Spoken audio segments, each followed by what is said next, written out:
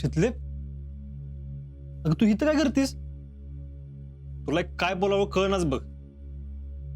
स्वतःच खरं केलंस ना, आलीस ना बाहेर. आता रडायला काय झालं? तुला जरा बोललो की डोळ्यातनं पाणी येतं बघ. अगं शितले, चांगल्यासाठीच सांगतो ना तुला. चल रडू नको, चल आत चल. चल आओ चल. आहो नाही, ताप वाढला म्हणजे काय करतीस? चल उठ. काय राजा, काय झालं? एवढं का बोलतोस तिला? आणि काय ग शीतल, अगं डोळ्यातनं पाणी का काढतेस? बघ तूच सांग. मी सांगितलं पटतच नाही तिला. तूच काय तर बोलला असेल तिला. तू जात. हाय का? आता मी काय बोललोय तेव्हा?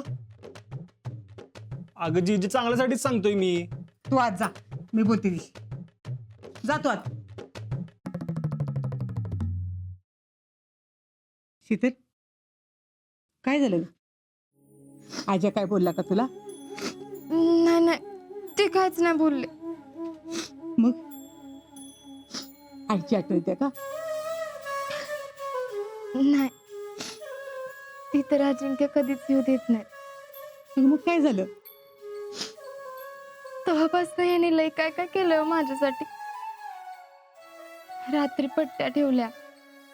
हो, मी नुसती कुसरी बदलली ना तरी उठून बघत होते. अगं ये पोरी, तू येडी का खुळी आहेस? हा, डोळे पुसून उभं राहिली. आता बी कपडे वाळत घातले, पाणी भरलं, मला पेज भरवली. मी जी काय कामं करते ना ती सगळी त्यांनी स्वतःच केली. अगं माझा आजी असाच आहे, लय जीव लावतो. तुला सांगते, एवढाच होता तेव्हा त्याला एकदा मी महादेवासाठी बेल आणायला सांगितलं होतं. तेव्हापासून एक सोमवार चुकलं नाही बघ त्यानं.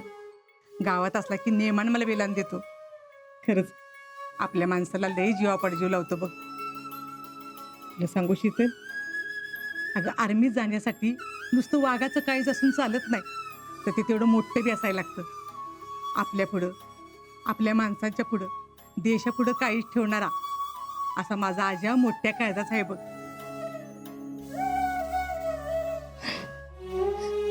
जीजी, हो मला तर कधी कधी कळतच नाही. असं वाटतं मी कुठे कमी पडले तर. हे बॉर्डरवर गेलं मला इथलं सगळं सांभाळता येईल ना.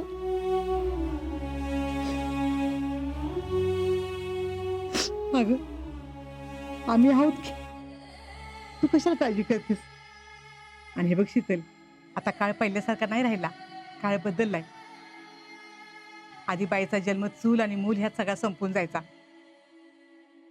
नवरा आणि बायको आधी बी संसारची दोन चाकं होतीच की, पण कशी? ते दुचाकीसारखी. नवरा पुढचं चाक आणि बायको मागचं चाक. नवरा दिशा दाखवल तिकडे बायकोनं फरफटत जायचं आणि सगळा भार बायकोवर पडायचा. पण आता तसं काय राहिलं नाही. दोघं बी एकमेकाच्या खांद्याला खांदा लावून संसार करतात. दोघं बी एकमेकासाठी झटत असतात. जीजी, हो म्हणूनच काळजी वाटते मला बघा. माझ्याकडून हे दुखावले नाही गेले पाहिजे, ह्याची लई भीती वाटते मला. हे खुळे, बसून बसून असला विचार करतेस वगैरे तू? अगं तू पण लई गुणाची आहेस. मी आजाला म्हणलं बी, साक्षात लक्ष्मी आणलीस बघ घरात. अगं तुम्ही दोघं बी एकमेकासाठी झटताय. काय काळजी करू नकोस, समजा नीट होतंय बघ. जीजी, तुमच्यावर बोललं ना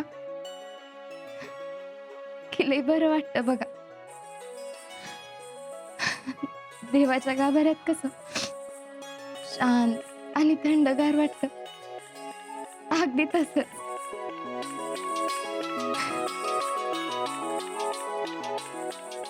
आज अजिंक्य असे आहेत कारण तुमचे संस्कार आहेत त्यांच्यावर.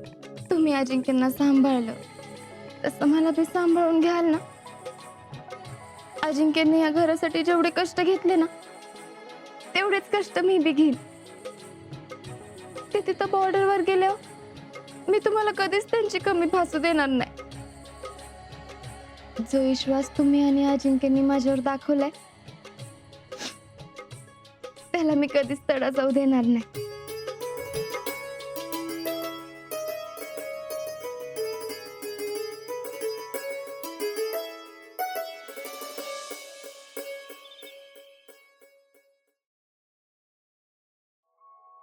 आओ,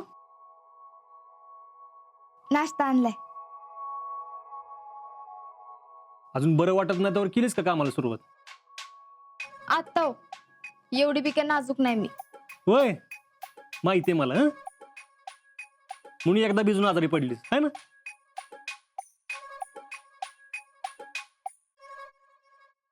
गेलाय ताप. ताप गेला तरी अशक्तपणा असतो अंगात. आणि बघ, उच कामाचा लय लोड घेऊ नको. हं? जेवढं जपते तेवढंच कर. होय.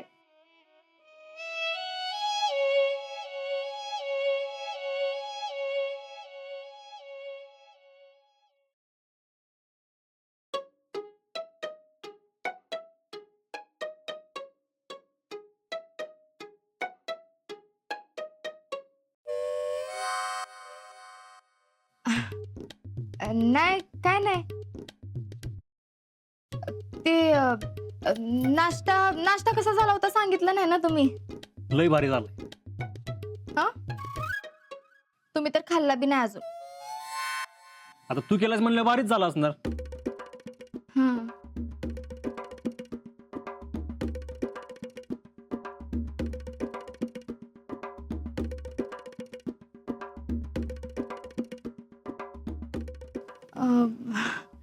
काय लिहिताय हो?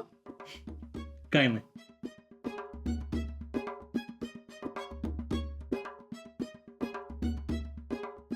बघू की काय लिहिताय.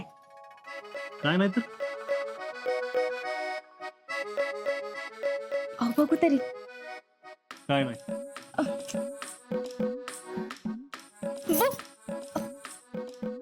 अहो दाखवा की त्याला काय होतंय. काय नाही म्हणलं तर लिहा.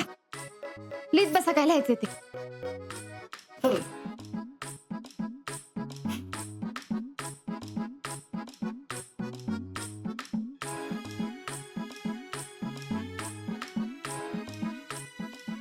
बघू. अहो दाखवा की. बघू. अहो एवढं काय त्यात. लिहा लिहा. लिहित बसा काय लिहायचं ते.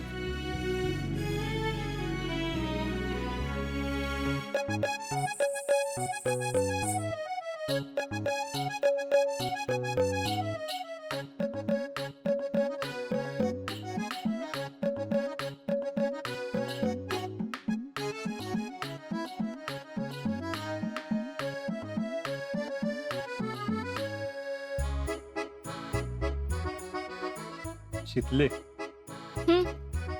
फौजीला माग बी डोळा असतात. विसरलीस का? लिहा लिहा. काय लिहायचं ते लिहा. मी बी आतापासून तुम्हाला काहीच सांगणार नाही. राहू दे, जा. जातेच आहे. एवढं काय सोनं लागले त्या वहीला काय माहित. मी बी बघतेच काय आहे ते.